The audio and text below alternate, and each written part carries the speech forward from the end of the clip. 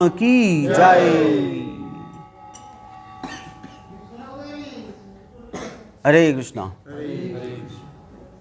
तो पहले मैं थोड़ा सा राधा रमन जी के बारे में बता देता हूँ। तो राधा रमन जी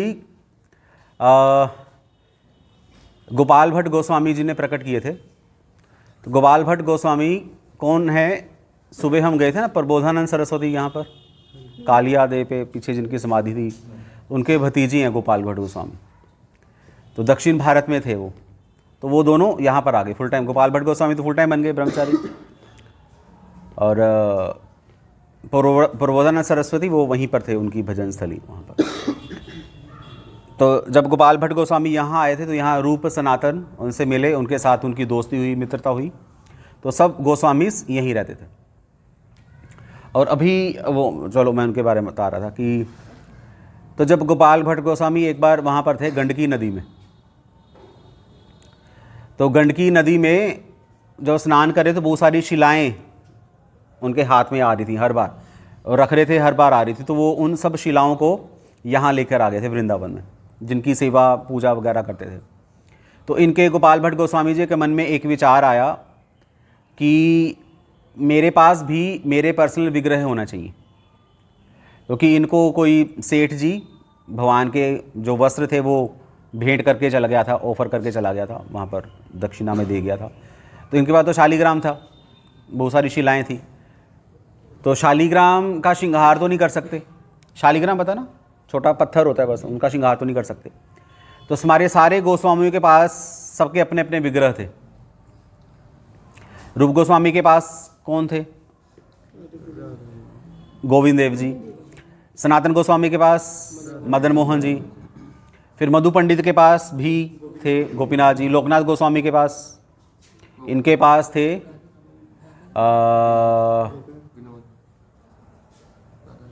नहीं विनोद तो नहीं, इनके विग्रह का नाम क्या था?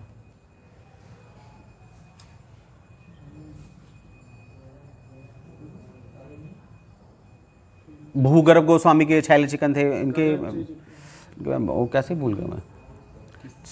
लोकनाथ गोस्वामी के डिटीज़ का नाम क्या था?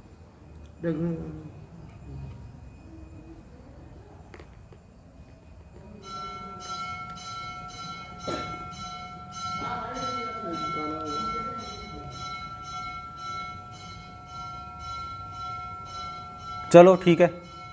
तो इनके भी अपने डिटीज़ थे। तो राधा विनोद जी, हाँ विनोदी लाल जी। तो राधा विनोद जी इनके अपने डिटीज़ थे लोकनाथ गोस्वामी ने। तो गोपाल भट्ट गोस्वामी के उनको ये हुआ कि मेरे पास भी डिटीज़ होने चाहिए। तो अगले दिन ही उन सब शिलाओं में से एक त्रिभंग ललित मुद्रा भगवान श्री कृष्ण का विग्रह प्रकट हो गया एक शिला में से। तो कहाँ प्रकट हुआ? वो जो पेड़ मैंने दिखाया था ना गोपाल भट्ट गोस्वामी की समाधि से पहले, तो मैंने बोला था प्राकट्य स्थली है राधा रमन जी की, तो वहाँ पर वो प्रकट हो गए। तो जब प्रकट हुए तो इन्होंने सारे गोस्वामियों को बुलाया, गोपाल भट्ट गोस्वामी जी ने, और एक बहुत बड़ा फेस्टिवल हुआ। तो जब सबने दर्शन किए राधा रमन जी के, तो उन्होंने बोला कि इनका जो मुख है वो गोविंद देव जैसा है राधा रमन जी का, इनके जो चरण है वो मदन मोहन जी के, और इनका जो वक्षस्थल है वो गोपीनाथ जी के जैसा है। तो अगर आप राधा रमन जी के दर्शन करते हो तो आपको तीनों के दर्शन हो जाते हैं।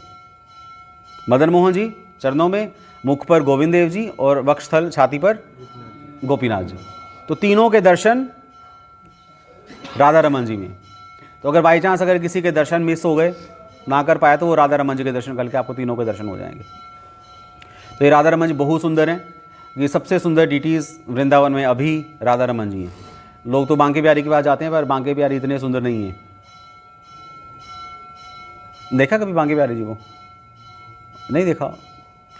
तो राधा रमन जी को देखो, बहुत सुंदर है राधा रमन जी, एकदम कमलाक्ष, कमल जैसे उनके नयन है। बांके बिहारी की आंखें भी मोटी मोटी हैं, पर वो कुछ नज़र नहीं आता, वो धक्का मुक्की बस वो सब चीज़ें शुरू हो चुकी हैं।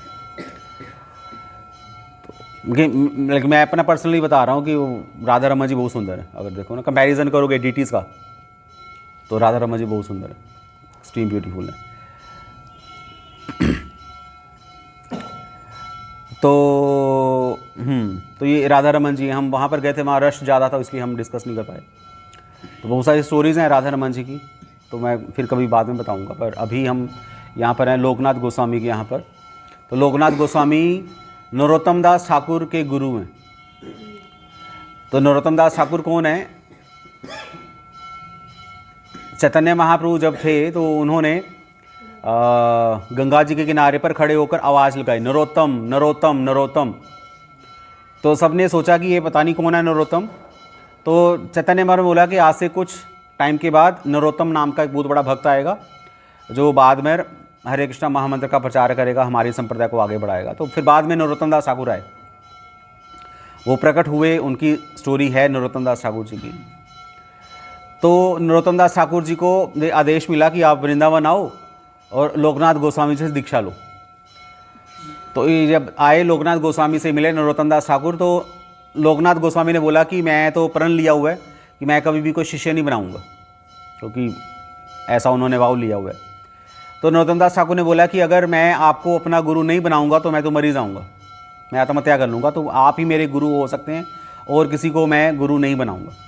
तो लोकनाथ गोस्वामी ने बोला कि नहीं, ऐसा नहीं है। तो इन्होंने क्या किया, नरोत्तम दास ठाकुर जी छुप छुप कर, जहाँ पर सुबह सुबह ये टॉयलेट जाते थे लोकनाथ गोस्वामी, वहाँ पर सुबह सुबह जाकर इनकी टॉयलेट साफ़ करते थे। पहले तो ऐसे ही करता था, ओपन जंगल में जाते थे, तो क्योंकि जगह गंदगी ना फैले तो वो इनकी टॉयलेट साफ़ करते रहते थे रोज़ डेली। तो एक दिन लोकनाथ गोस्वामी ने नोट किया कि मैं इस जगह पर रोज़ आता हूँ तो इतनी सफाई जहाँ पर कैसे है। फिर वो छुप गए, बैठ गए देखने के लिए कि यहाँ पर क्लीनिंग कौन कर रहा है। तो इनको पता चला कि नरोत्तम नाम का ये लड़का है जो बंगाल से आया है। तो फिर डिस्कशन हुई, बोला कि मैं आपसे दीक्षा लेना चाहता हूँ। तो फिर महाप्रभु ने भी दर्शन दिए लोकनाथ गोस्वामी को कि ये नरोत्तम ही एक सही कैंडिडेट है जिसे तुम दीक्षित करो। तो उनकी दीक्षा हुई लोकनाथ गोस्वामी जी की, सॉरी नरोत्तम दास ठाकुर जी की।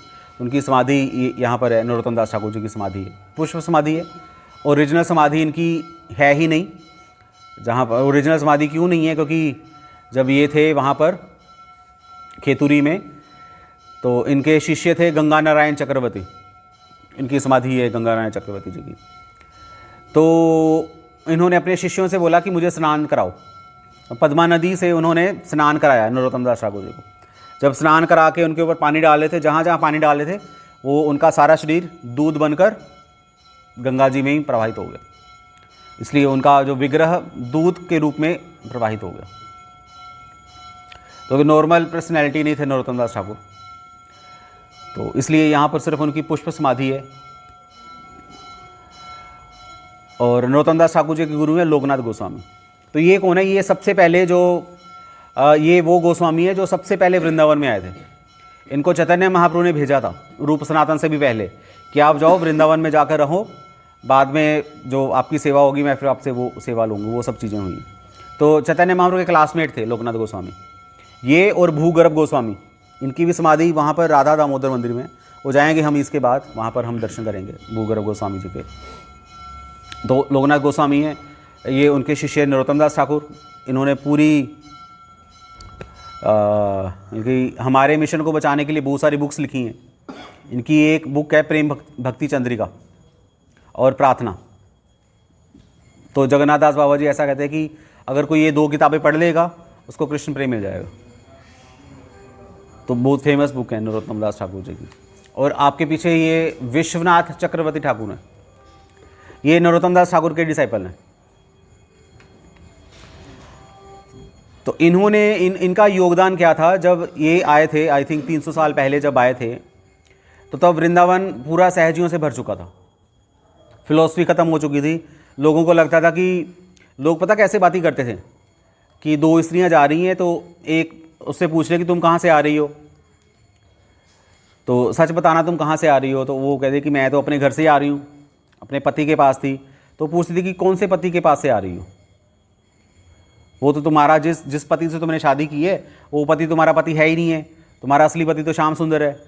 तो वो एक बाबा जी हैं, तो उसके यहाँ पर श्याम सुंदर जी आते हैं, तो मैं उस बाबा के पास से आ रही हूँ, हमारा जो असली पति है।